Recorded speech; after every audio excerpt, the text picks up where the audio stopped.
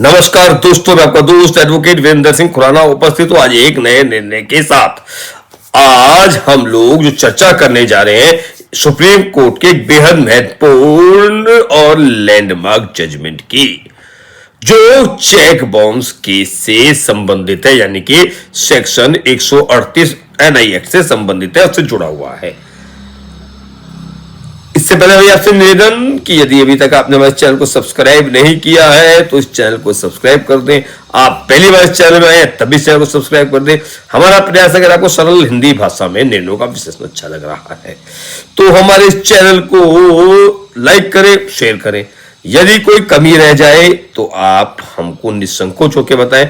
आपके एक एक सुझाव के अनुसार ये चैनल को नित्य रोजाना ही सुधार रहे हैं, रोजाना ही इसमें कुछ परिवर्तन करते जा रहे हैं। चलिए बिना समय गवाए आज के इस फैसले पर आते हैं, जो लॉयर्स के लिए, बिजनेसमैन के लिए और चेक बाउंस केसेस झेल रहे लोगों के लिए एक बहुत बड़ा संदेश है, एक बहुत बड़ा मैसेज है। शुरू करते हैं आज के इस मामले को।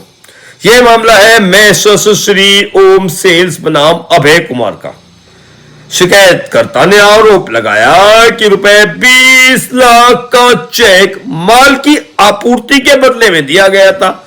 चेक 2 बार बैंक में लगाया गया और दोनों बार इनसफिशिएंट बैलेंस, इनसफिशिएंट फंड्स के रिमार्क के साथ चेक डिसऑनर हो गया। यानी कि माल दिया गया, माल की आपूर्ति की गई, माल की आपूर्ति के लिए चेक मिला, 20 लाख रुपए का चेक था। 20 लाख रुपए के चेक को 2 बार बैंक में लगाया गया, दोनों बार फंड्स इनसफिशिएंट के रिमार्क के साथ, इनसफिशिएंट फंड्स के रिमार्क के साथ चेक डिसऑनर हो गया, वापस लौटा दिया गया। उसके पश्चात जो सेक्शन 138 एनआई एक्ट की प्रक्रिया है उसके अनुसार ही चेक बाउंस का नोटिस दिया गया, यानी कि आप नोटिस भी प्रेषित किया गया, लेकिन नोटिस मिलने के बाद भी चेक का भुगतान नहीं किया गया, चेक की राशि का भुगतान नहीं किया गया, पेमेंट नहीं की गई। इसके बाद सेक्शन 138 एनआई एक्ट के तहत कंप्लेंट फाइल की गई कोर्ट में, और मजिस्ट्रेट कोर्ट में जहां कंप्लेंट फाइल की गई, मजिस्ट्रेट ने एक्यूज्ड को सम्मन कर लिया।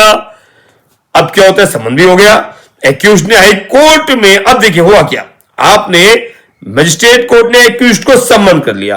अब सम्मन केस के अगेंस्ट, सम्मन केस में, सम्मनिंग ऑर्डर के अगेंस्ट, सम्मनिंग और बहस तलबी की गई। जब तलबी का आदेश हो गया, इनके सम्मनिंग हो गई, सम्मनिंग के ऑर्डर के अगेंस्ट एक्यूज्ड ने हाई कोर्ट में section 482 CrPC code of criminal procedure के अंतर्गत एक पिटीशन दाखिल की। हाई कोर्ट ने यह कहते हुए कि पूरा केस ही क्वैश कर दिया। 482 में हाई कोर्ट ने पूरा केस ही क्वैश कर दिया और क्या कहा, चेक किसी भी लीगल इन्फोर्सेबल डेट के लिए नहीं दिया गया था। 482 के तहत, वेरी इंपॉर्टेंट, सेक्शन 482 सीआरपीसी के तहत उच्च न्यायालय हाई कोर्ट ने पूरा केस क्वैश कर दिया। क्या कहा कि जो जिसके अगेंस्ट चेक दिया गया था वह लीगली इन्फोर्सेबल डेट नहीं है। यानी हाई कोर्ट ने ट्रायल से पहले ही फैक्ट्स डिसाइड कर दिया। ट्रायल कोर्ट ने पूरा का पूरा केस बिना ट्रायल के ही जजमेंट दे दिया कि चेक किसी लीगली इन्फोर्सेबल डेथ के लिए नहीं दिया गया है। यही प्रश्न है, तो क्या सेक्शन 482 के अंतर्गत उच्च न्यायालय को पावर है? क्या उच्च न्यायालय अंतर्गत 482 के तहत, सीआरपीसी के तहत, सेक्शन 482 सीआरपीसी के तहत क्या उच्च न्यायालय पूरे के पूरे ट्रायल को खत्म कर सकता है? क्या 482 के तहत पूरा का पूरा केस डिसाइड किया जा सकता है बिना ट्रायल के? यही एक महत्वपूर्ण प्रश्न था इसमें। सुप्रीम कोर्ट के समक्ष यह मामला जब पहुंचा तो सुप्रीम कोर्ट ने इसका पूरा अवलोकन किया और यहां बहुत स्पष्ट बात कही। देखिए, दोनों उनकी बातों में सुनेंगे सुप्रीम कोर्ट ने क्या स्पष्ट किया। सेक्शन 139 एनआई एक्ट के तहत एक स्टैट्यूटरी प्रेजम्पशन होती है, एक प्रेजम्पशन है। चेक किसी डेथ या लायबिलिटी के डिस्चार्ज के लिए दिया गया। अरे जो सेक्शन 139 की प्रिजम्पशन है उसको आप क्या है? प्रिजम्पशन सेक्शन 139 की, सेक्शन 139 की प्रिजम्पशन है कि चेक किसी डेथ या लायबिलिटी के लिए दिया गया है। यह प्रिजम्पशन रिवर्टेबल तो है। देखिए ये जो प्रिजम्पशन है 139 की कि अगर आपको चेक मिल गया है तो चेक किसी डेथ या लायबिलिटी के डिस्चार्ज के लिए दिया गया है, यह प्रिजम्पशन रिवर्टेबल है, खंडनीय है, इसका खंडन तो किया जा सकता है। लेकिन लेकिन लेकिन लेकिन यह खंडन तो सिर्फ ट्रायल में होगा और हैवी बर्डन किस पे होगा? एक्यूज पर होगा। यह जो प्रिजम्पशन है खंडन ट्रायल में होगा ना, बिना ट्रायल के इस प्रिजम्पशन को खंडित कैसे कर सकता है? रिवर्टेबल है, ठीक है। सेक्शन 139 की प्रिजम्पशन के चेक दिया गया है तो चेक किसी लीगली इन्फोर्सेबल डेथ के लिए दिया गया होगा या लायबिलिटी के डिस्चार्ज के लिए दिया गया होगा। बिल्कुल ठीक है, बिल्कुल ठीक है। लेकिन लेकिन लेकिन सेक्शन 482 इसके लिए सही प्लेटफॉर्म नहीं है। ट्रायल इसके लिए जरूरी है, केवल ट्रायल में और एविडेंस के आधार पर ही इसको तय किया जा सकता है। हाई कोर्ट ने सेक्शन 482 में मिनी ट्रायल किया है और सुप्रीम कोर्ट ने कहा हाई कोर्ट सेक्शन 482 के अंतर्गत मिनी ट्रायल नहीं कर सकता, मिनी ट्रायल नहीं किया जा सकता। अगर आपने मिनी ट्रायल किया है तो वह लीगल नहीं है, वैध नहीं है। और यही कहते हैं ऑनरेबल सुप्रीम कोर्ट ने कई पुराने जजमेंट दोहराए। इस निर्णय में कई पुराने जजमेंट्स को भी दोहराया गया। रंगप्पा वर्सेस श्री मोहन, बहुत यूज करता है रंगप्पा के निर्णय को सेक्शन 139 के लिए। तो Rangappa versus Shri Mohan, Maruti Udyog limited case, Rajesh bhai Patel case very important case, Ratish Babu case very important case, इतने चारों इंपॉर्टेंट केस जो हैं इसमें रंगप्पा का तो very important case, Rangappa versus Shri Mohan बहुत ज्यादा यूज होता है, एक लीडिंग केस है। तो इसको भी कोर्ट ने इसमें विश्लेषण किया, अवलोकन किया और सभी में इन चारों के चारों निर्णय में कौन से?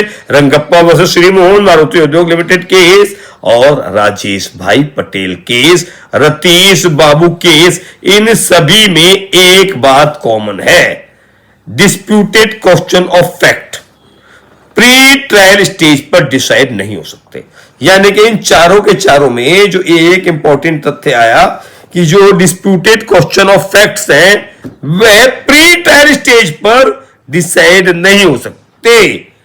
यह इंपॉर्टेंट कोर्ट ने फिर से दोहराया कि अगर आपका कोई ऐसा डिस्प्यूटेड क्वेश्चन ऑफ फैक्ट है तो वह तो ट्रायल में ही तय होगा। ये डिस्प्यूटेड क्वेश्चन ऑफ फैक्ट जो भी होंगे वो सिर्फ ट्रायल की स्टेज पर ही डिसाइड होंगे, प्री ट्रायल स्टेज पर डिसाइड नहीं हो सकते। मैं बार बार से रिपीट कर रहा हूं कि एकदम हमारा प्रयास ये है कि सरल भाषा में इस तरीके से हम लोग विश्लेषण करें।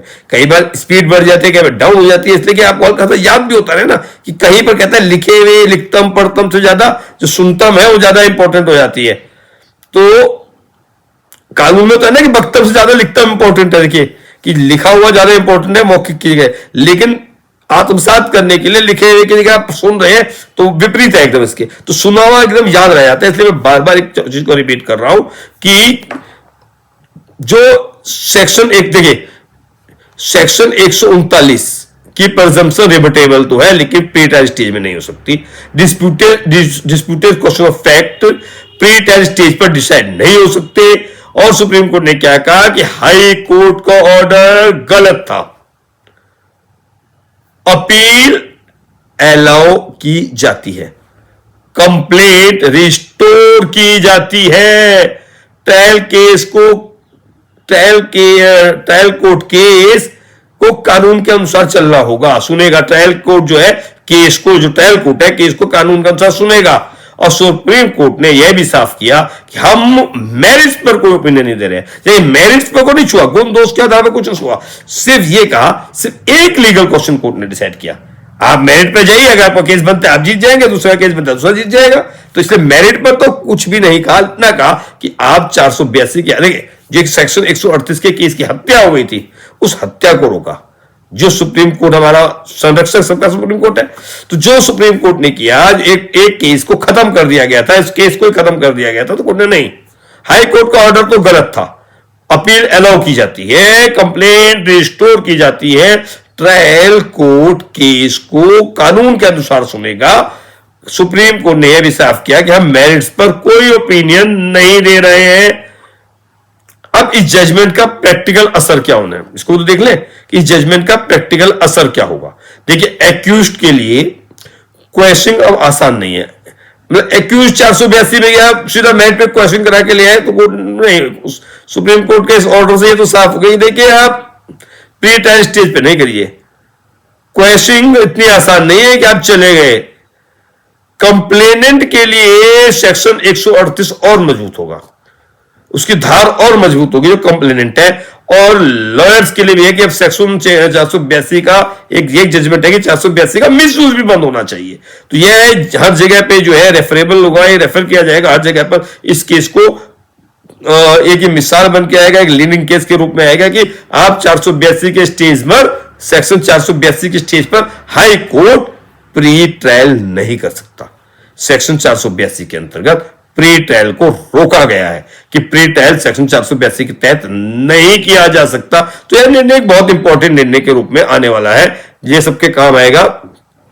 दोस्तों, अगर आप चेक बाउंस केसेस से जुड़े हुए हैं तो यह जजमेंट हर केस में रेफरेंस के लिए यूज किया जाएगा, बिल्कुल रेफरेंस बनने वाला है।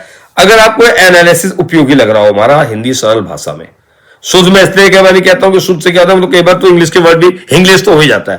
तो हिंदी सरल भाषा में प्रयास करते हैं कि एक निर्णय को समझने का। तो हमारा भी प्रयास है कि हिंदी सरल भाषा में निर्णय को लेकर, अगर आपको हमारा प्रयास अच्छा लग रहा है तो चैनल को सब्सक्राइब कर दें। आपका ये सब्सक्राइब से ना हम लोग को ऊर्जा मिलती है और उस ऊर्जा से और ऊर्जावान होके प्रयास करते हैं कि आपके लिए और अच्छी आपको वीडियो लगे।